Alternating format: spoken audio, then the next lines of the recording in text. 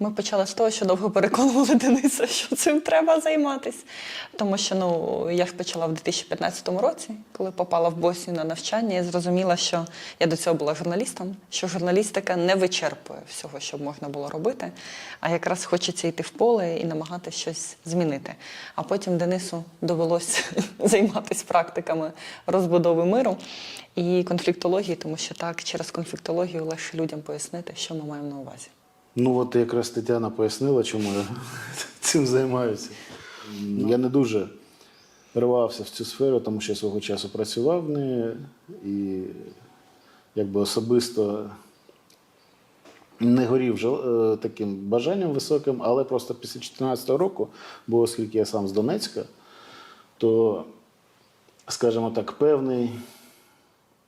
відчував певний обов'язок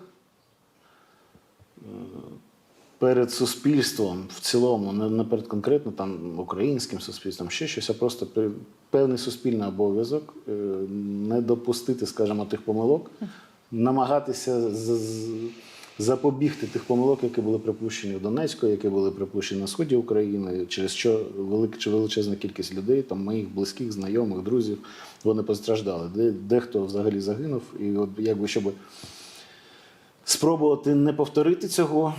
Ну, як же вийшло, це вже інше питання. Так, ну і наше головне послання зараз того, що мир – це не про те, що десь уклали угоди, а про те, як ми можемо жити один з одним, уявляти спільне майбутнє, навіть якщо ми там живемо по-різному, представляємо різні релігії, культури. Це те, чим є українське суспільство, і не тільки українське. Нам важливо якраз зрозуміти, як це на практиці працює, від дуже глобального рівня до дуже побутового. Як ми можемо жити в одному під'їзді і жити в мирі, і так, щоб не страждати від іншого, навіть хоча б на такому базовому рівні.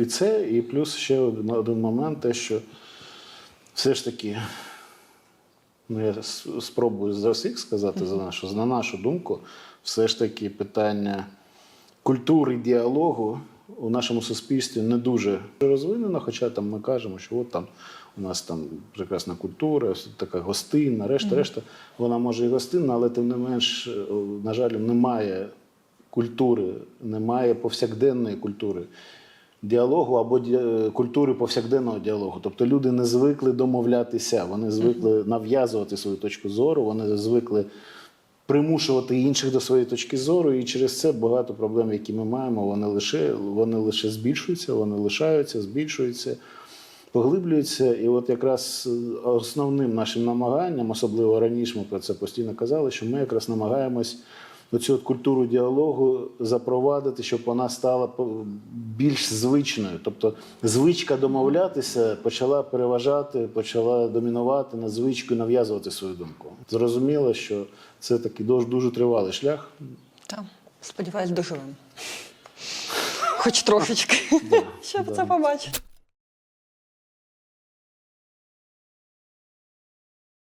Ну, шлях починався в 2016 році, ще коли ми з Лідою Лозовою зійшлись на фоні ідеї того, що релігійні активісти або представники релігійних спільнот роблять дуже багато хороших справ, навіть на рівні місцевих громад, але вони абсолютно не контактують з зовнішнім світом, не розказують, чому вони це роблять, що вони роблять, не координуються зі світськими спільнотами. І ми подумали про те, як їх об'єднати і зробити такі змішані групи, і навчити їх спілкуватися один з одним, і, можливо, навіть діяти спільно, щоб не перекривати одне одного, а посилювати допомогу, яку вони і так роблять. Потім це виросло в зовсім інші напрямки і підходи. І зараз це у нас в першу чергу аналітика дослідження, те, що ми робимо. Це неформальні, формальні освітні програми, переважно для дорослих. Тобто це не тільки там класичні лекції, семінари, а це тренінги або адаптовані програми освітні, де люди, крім спілкування в групах, мають ще індивідуальну практику на місцях, наш супровід вживу, онлайн. І ми створюємо таку мережу підтримки випускників. І це абсолютно міжрелігійні світські групи, і в цьому їхня сила, що це унікальний простір, де можна зустрітися з тим, з ким ти так ніколи в житті не зустрінешся. Ну і окрім цього ми ще займаємось перекладами книг, пишемо власні матеріали. І напевно, якщо говорити про щось унікальне, я би сказала, що те, що ми намагаємось просувати, це якраз А якщо говорити англійською faith-based diplomacy, або це дипломатія чи практики розбудови миру, засновані на вірі. Тобто це про те, щоб включати представників різних релігійних громад до поточних процесів. Бо, як ти казав, сказати те всіх, за нашу думку, всі релігійні лідери, вони теж є частиною громадянського суспільства. І якщо говорити про далеку перспективу, то громадянське суспільство має їх приймати і активно залучати, а не сприймати інклюзію як те, що ми сприймаємо тільки якісь нові ліберальні практики, бо які тільки з'являються. А інклюзія – це про те, коли ми чуємо один одного і думаємо, як нам діяти так, щоб всім було комфортно, а не тільки якійсь меншині чи особливій групі.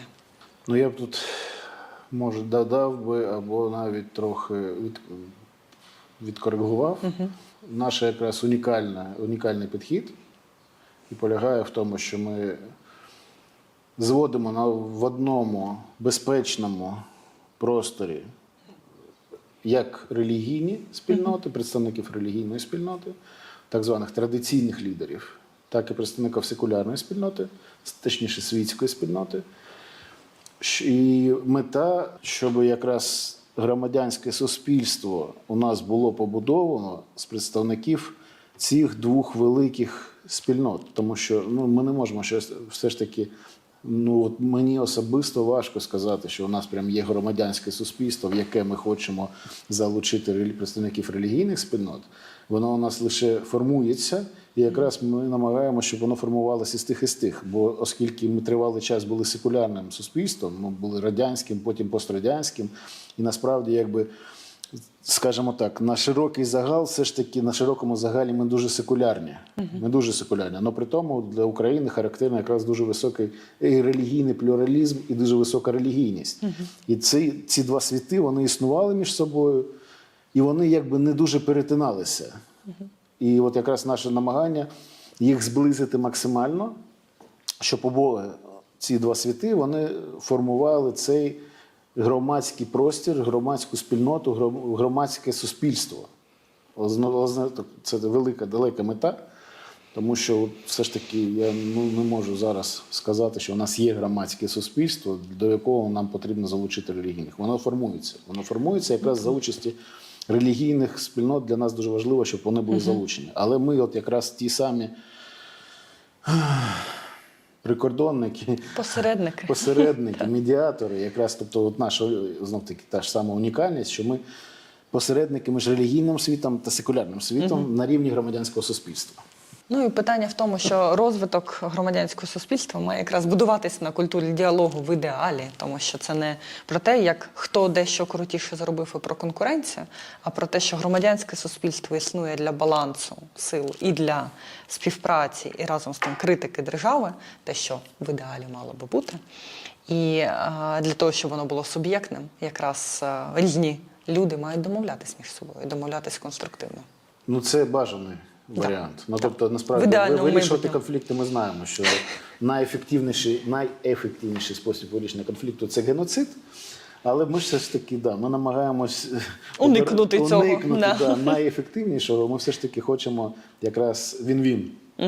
Тобто, щоб всі сторони цього спілкування, щоб всі лишалися у виграші. Тобто навіть не компроміс, ми навіть не про компроміс кажемо, ми кажемо те, що якраз і у релігійної спільноти є що запропонувати, і у секулярного є що запропонувати. І якраз та сама синергія, коли спільна дія надає більший результат, ніж просто сума частин. Так. Тобто от якраз в цьому наша діяльність як унікальна і полягає. Тобто ми не намагаємось нав'язати цінності однієї сторони релігійної, нав'язати всьому суспільству, або навпаки нав'язати цінності секулярної частини суспільства всім іншим, а ми якраз намагаємось створити щось спільне, спільні цінності.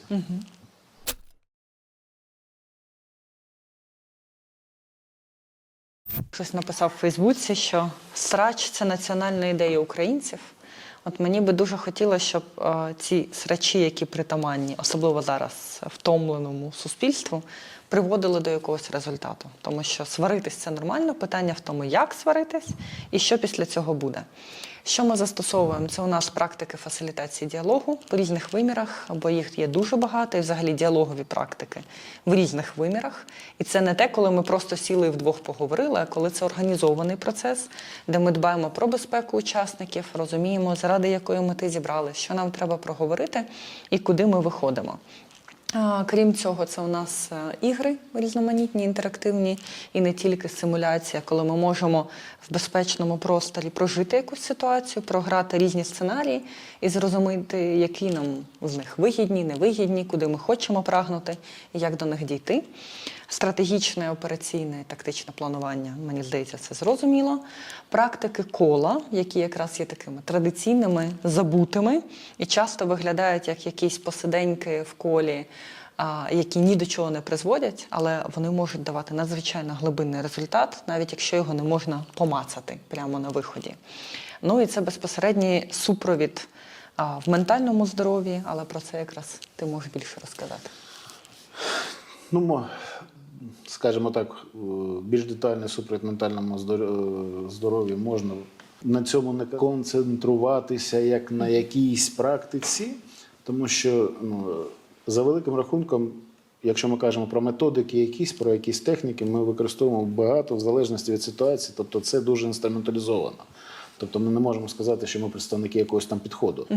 А якщо казати в цілому, тобто базовий підхід, який насправді знов-таки є унікальним, і саме через це він дозволяє нам робити досить унікальні речі, якби він не є секретним, він є відомим, але зазвичай його уникають, цього базового підходу. Це підхід ми називаємо радикальною щирістю. Тобто насправді працює він. Все решта – це, скажімо так, допоміжні практики, тому що насправді головний ефект надає саме радикальна щирість. Тобто ми створюємо, по-перше, звісно, це не просто так можливо робити, це потрібно певні умови. Головна умова якраз дійсно справжній безпечний простір. Тобто коли ми, наше завдання, ми максимально намагаємось створити цей безпечний простір, щоб люди відчували дійсно безпеку для себе.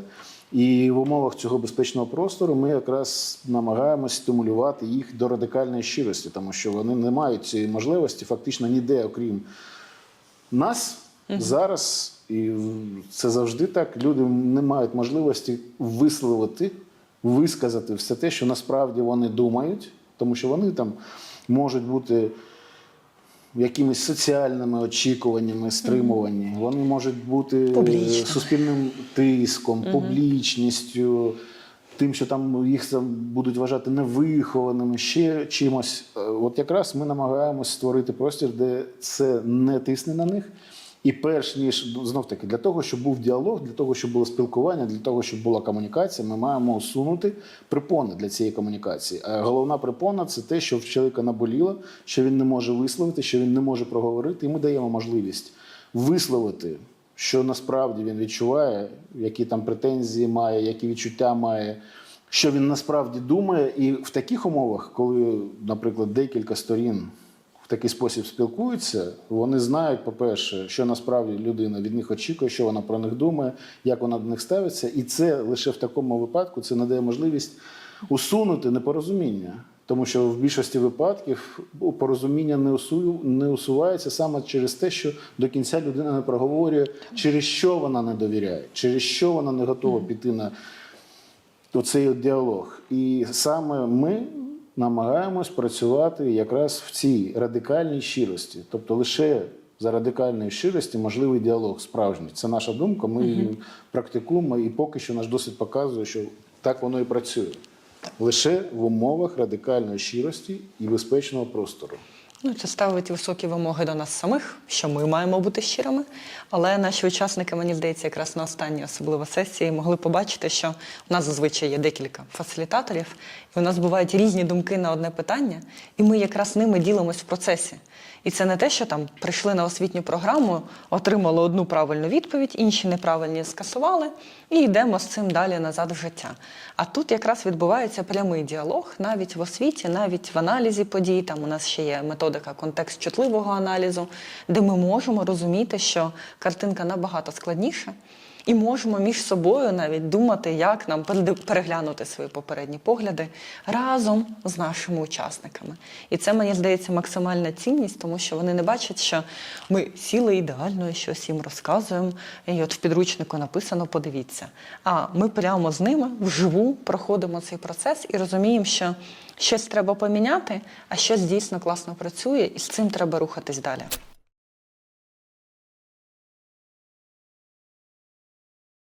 Це ще наші перші кейси. Це Криволівня в серці Карпат, українська Афіни, яким ми їм допомагали з тим, що до нас звернулася дружина священника, пані Оксані великий привіт, Рибарок. Те, що вона сказала, що там є конфлікт між місцевими мешканцями і бізнесом, бо там захаращений був центр села, і їй це особисто дуже боліло. Ми, коли туди їхали, не знали взагалі, що це і як це буде, але в результаті ми вийшли на те, що це став глобальний діалог про село, і там уже ця проблема з бізнесменом вирішилась дуже швидко, а більше людей непокоїло те, що молодь їде за кордон і не повертається. Це та ситуація, яка стала тільки гірше з часом, на жаль. Але питання в тому, чому вони не повертались, було лише в тому, що в них не було нормальних робочих можливостей, і вони не знали, як використати туристичний потенціал Криворівні. І в результаті цілої роботи, напрямку зараз є величезний сайт, називається Верховина.io, ініціативна група «Гуцулики», яка зараз виросла в величезну мережу, допомагає українцям приїхати в Карпати, відпочити якомога якісніше, а церква в Криворівні залишається таким духовним центром, і ми досі підтримуємо контакт. Сподіваюся, от якраз в серпні поїду туди, провідую отця Івана і пані Оксану. І мені здається, що це особливо вдало вийшло, бо вони створили робочі місця для молоді і для місцевих. І зараз, оскільки не всі можуть виїхати за кордон відпочити, де Карпати – це така мекка відпустки для українців, хоч якоїсь зараз, то і Верховина.io, і Гуцулики стали надзвичайно успішними і дуже раді за цей кейс. Ну і ще один кейс, якщо от в плані роботи з громадами, бо таких насправді якби якісних кейсів, які так от можна назвати такими знаковими, їх можна кілька назвати. Ну от саме в роботі з громадами це також був цікавий кейс з Херсоном, з Херсонською мусульманською громадою. Там якраз вони звернулися також по допомогу, тому що ми спочатку проводили тренінги якраз змішані, де представники, умовно кажучи, секулярної частини громадського суспільства, представники релігійної спільноти, різних релігійних спільнот. Тобто це ще й міжрелігійний діалог, взаємне якби знайомство і інше. І після цього тренінгу, якраз там був імам цієї громади, вони запросили нас їм провести. Тобто вони хотіли, головний запит, який в них був, це з одного боку якби навчити, можливо, надати якісь інструменти для самих членів цієї громади, щоб вони більш ефективно могли там розвивати і свою громаду, і по життю. І другий запит – це якось допомогти надати також якісь інструменти, якісь практики, щоб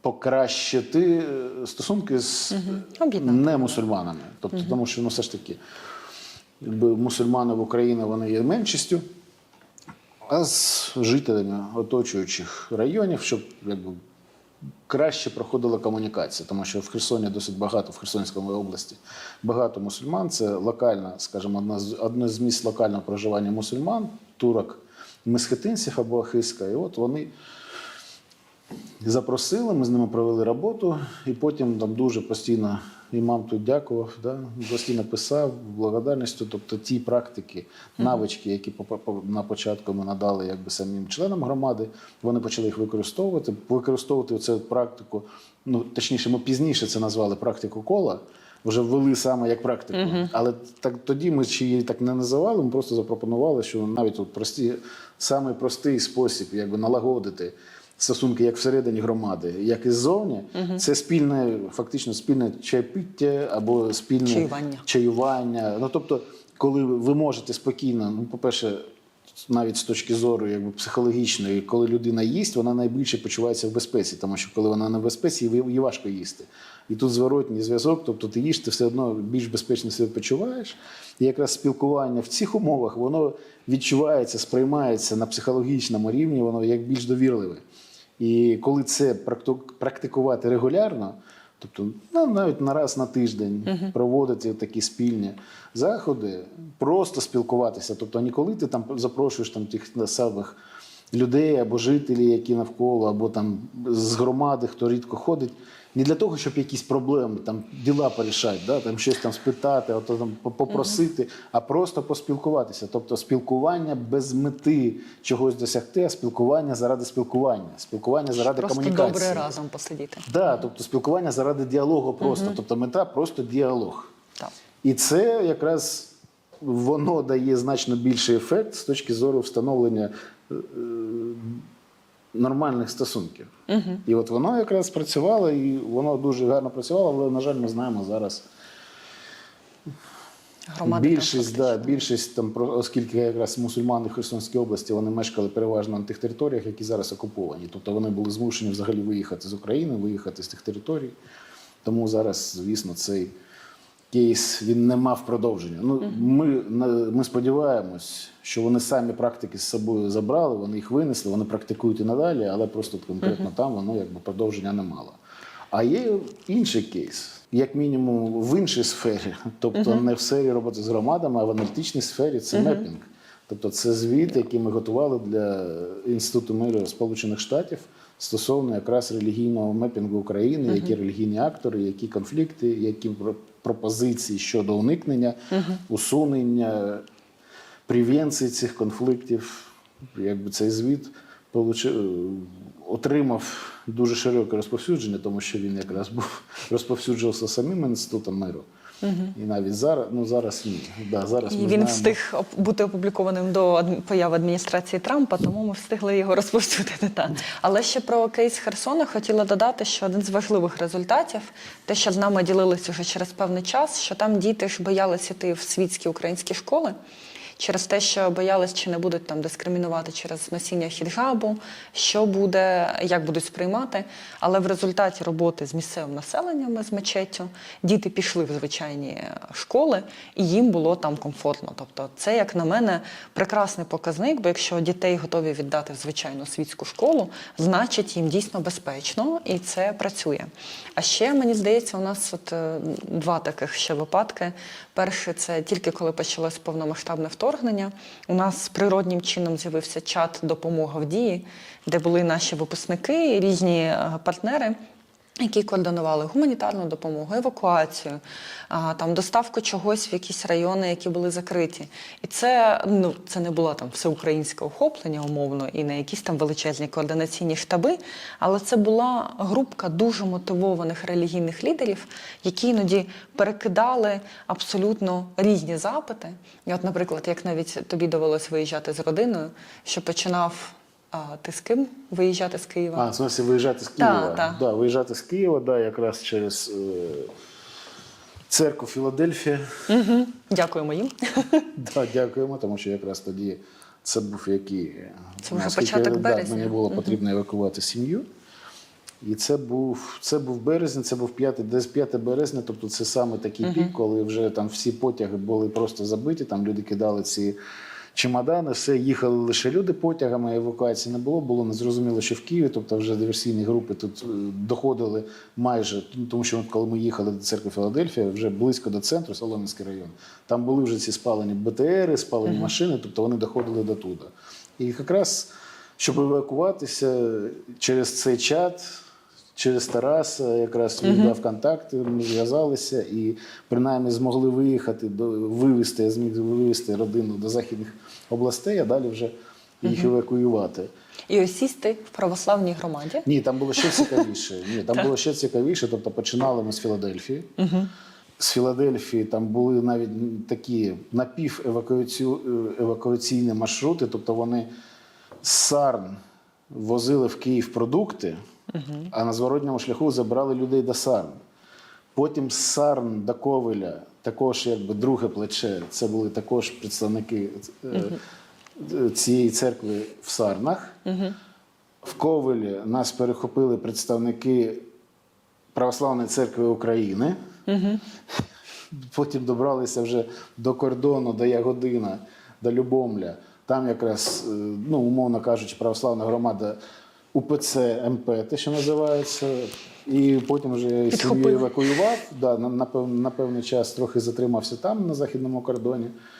А потім вже повернувся в Київ. Тобто так, на практиці був. Ну і були інші випадки. Тобто, наприклад, поки я там знаходився на цьому західному кордоні, перед тим, як повернутися до Києва, там ще за допомогою знов-таки протестантської спільноти допомагали евакувати дітей з аутизмом. Тому що там колеги, друзі з західних країн, там була мережа, тому що там дітей евакували навіть з Чернігова в той час, на момент, коли там вже і мост було розбомблено, і були діти з аутизмом.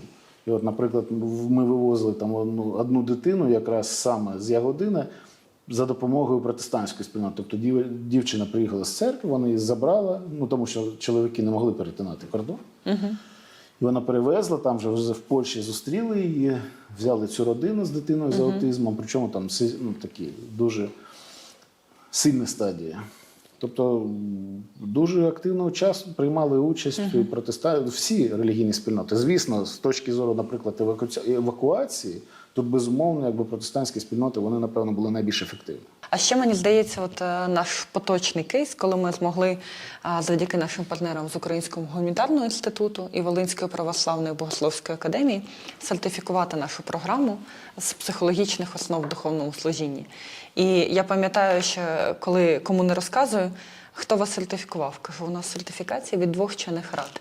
Від Адвентистського навчального закладу і Православної церкви України. І всіх реакція: а як ви їх звели? А ми просто прийшли, спитали, вони сказали так, і не було жодних питань, а чому ми маємо з ними співпрацювати. Потім, звичайно, коли ми оголосили набір на програму, були коментарі в стилі: а навіщо ви там з сектантами це робите, або навіщо ви з цими православними традиційними, у нас є своє. Але це програма, яка відкрита для всіх. І я надзвичайно вдячна, що партнери до цього були готові. Що незважаючи на там потенційний хейт, нівелювання, не знаю, що завгодно, вони на це пішли, наша програма працює, перший набір уже є. І це для мене дуже надихаючий приклад, як це можна робити в різних вимірах.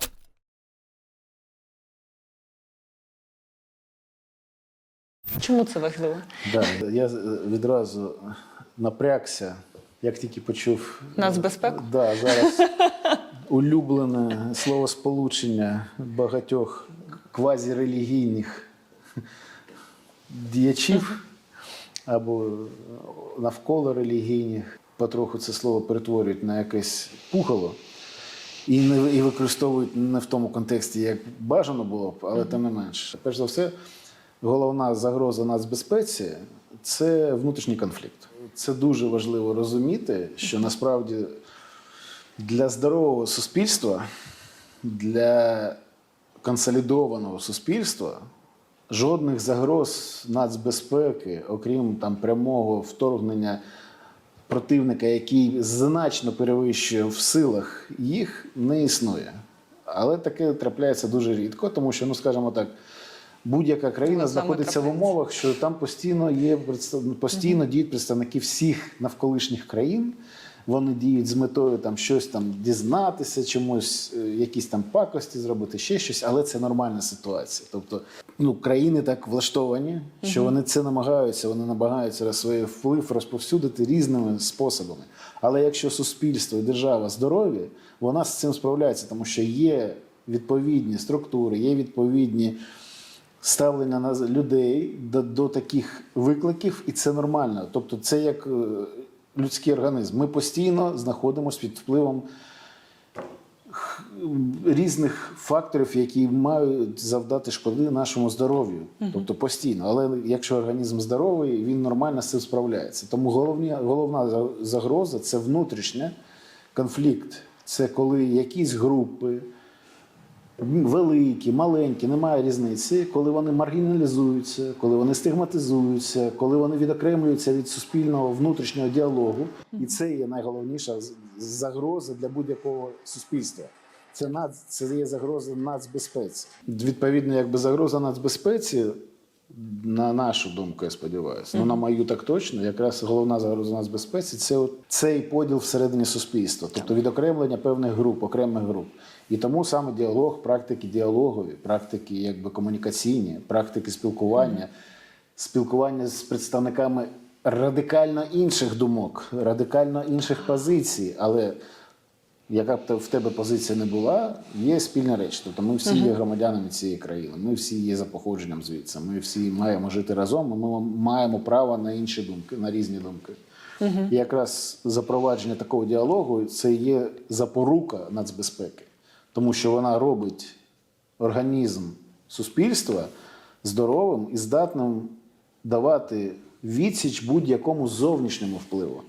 Але якщо ми починаємо стигматизувати, маргіналізувати, відокремлювати, утискати будь-яку групу всередині суспільства, це стає загрозою, тому що тоді якраз хоч зовнішній ворог, хоч що може бити в цю точку, і це буде точкою слабкості, це буде точкою зламу, так само, як в металі. Тобто, якщо ти знаєш цю точку, ти можеш зруйнувати будь-який. І якраз, щоб продовжити цю думку, мені здається, є дві основні загрози. Це неусвідомлені загрози і непроговорені.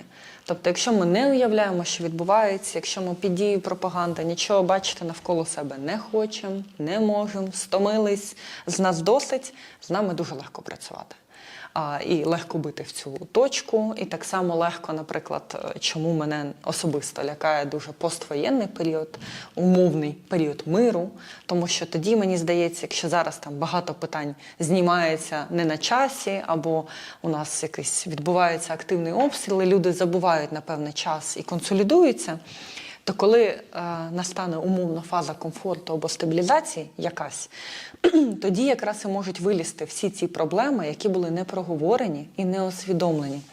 І от тому часто, коли зараз ми чуємо там і питання ідентичності, ким ми є, що означає бути громадянином, як ми можемо жити разом, який мир ми хочемо, як ми його уявляємо, це те, заради чого ми працюємо, щоб люди могли спокійно, як то кажуть, просто через рот проговорити, що вони мають на увазі, чого вони бояться, чого б вони хотіли, і як це можна втілити. Тому що якщо в нас не буде простору для проговорення адекватного, якщо у нас буде просто нескінченне засудження один одного і умовна поява когорти правильних і неправильних українців, тоді ми прямим шляхом підемо до того, що навіть не потрібна буде збройна агресія. Нас достатньо буде просто трошки підштовхнути і отримати повноцінний розкол. І це те, чого б хотілося уникнути в першу чергу, і це те, що є загрозою національної безпеки, інституціям держави і нашій безпеці безпосередньо. Тому ми намагаємось навчити людей, хоча ясно, що є багато партнерських організацій, але первинно ще й релігійних лідерів говорити, не боятись складних питань, розуміти, що з цим треба працювати, а не як в деяких там церквах чи в інших релігійних інституціях кажуть, ми будемо говорити про вічне, а про насущні питання хай люди розбираються самі. І от мені здається, що якщо не буде цього простору, де можна прийти, окрім там кухні чи, не знаю, якихось кулуарів, і поговорити про те, що болить, і розібрати, що з цим можна робити, якщо релігійні лідери не будуть відповідати на сучасні виклики, якщо вони будуть не готові сказати, як вони це бачать, чи на що важливо звертати увагу, ми тоді дуже легко це програємо. Ми програємо не війну, ми програємо здорове суспільство, яке вміє жити один з одним, говорити і домовлятися.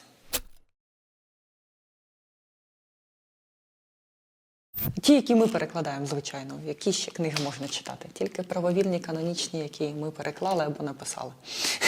Ні, можна ще почитати Скотта Атрана. Да, але він тільки російською, тому його теж треба перекласти, і це буде наша канонічна Можна книга. почитати, поки ми не переклали, можна почитати російською. Розговор з врагом, да. Да. А про поточні проекти у нас зараз є одна сертифікатна програма по психологічній основі духовного служіння. У нас є спеціалізація якраз разом з Таврійським християнським інститутом. Це спеціалізація з конфліктології при магістратурі богослов'я. Сподіваємося якраз теж щось новеньке почати.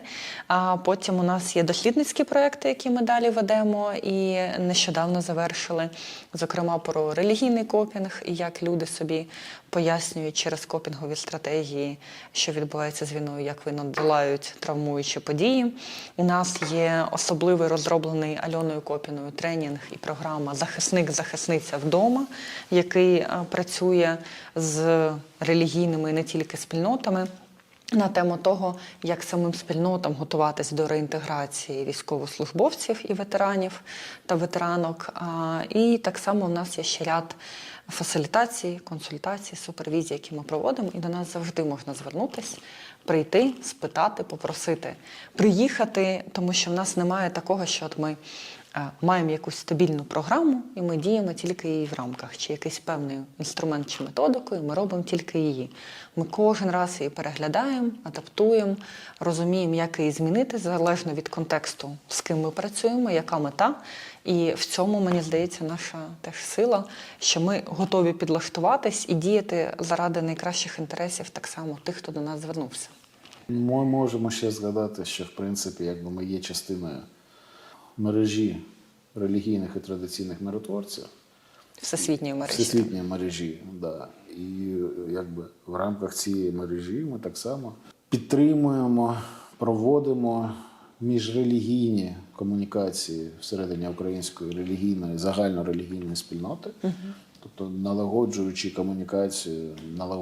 комунікацію представників української релігійної спільноти з представниками закордонної релігійної спільноти, не лише в межах їхніх церков, тобто зрозуміло, там будь-яка релігійна організація має вона своїх закордонних єдиновірців, вона з ними комунікує прекрасно і без нас, але з іншими ми надаємо таку можливість, використовуємо, і це також для підсилення внутрішнього діалогу в першу чергу, тому що знов-таки, оскільки мережа вона називається релігійних традиційних миротворців, просто щоб було зрозуміло, що миротворчість вона потрібна не лише між воюючими сторонами, вона в першу чергу для нас важлива і потрібна всередині для соціальної згуртованості. Да, тобто миротворчість як інструмент соціальної згуртованості, саме так.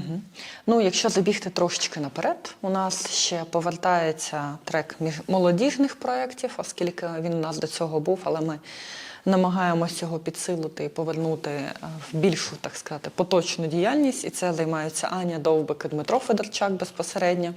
Так само у нас є, сподіваємось, поділимось потім різними дослідженнями і напрацюванням методики контекст-чутливого аналізу, те, що ми робили. І потенційно ми ще сподіваємося сертифікувати ще одну нашу програму, я би так сказала, більш класичну програму школи діалогу у дії. Це робоча назва «Розбудова спільнот», де будуть навички конфліктології, фасилітації, практик кола, діалогів, супроводу ментального здоров'я і інтеграції громад для того, щоб діяти максимально злагоджено, стратегічно і зрозуміло в контексті різних спільнот, як однієї спільноти релігійної, так і територіальної громади, регіону, України, як кому завгодно. У нас працює прекрасний сайт, з соцмережами не так, сайт чудовий, так що можна зайти, подивитися, що там відбувається. Стараємося оновлювати новини і вчасно постити анонси. Так само там є висять наші звіти, дослідження, презентації, можна прийти почитати. Долучайтесь до наших навчальних і не тільки програм. Якщо у вас є особливі запити, індивідуальні, групові, приходьте, з радістю їх розглянемо, постараємось максимально ефективно, оперативно відповісти на них. І дізнавайтесь, будь ласка, більше та долучайтесь до розвитку культури діалогу. Дякую.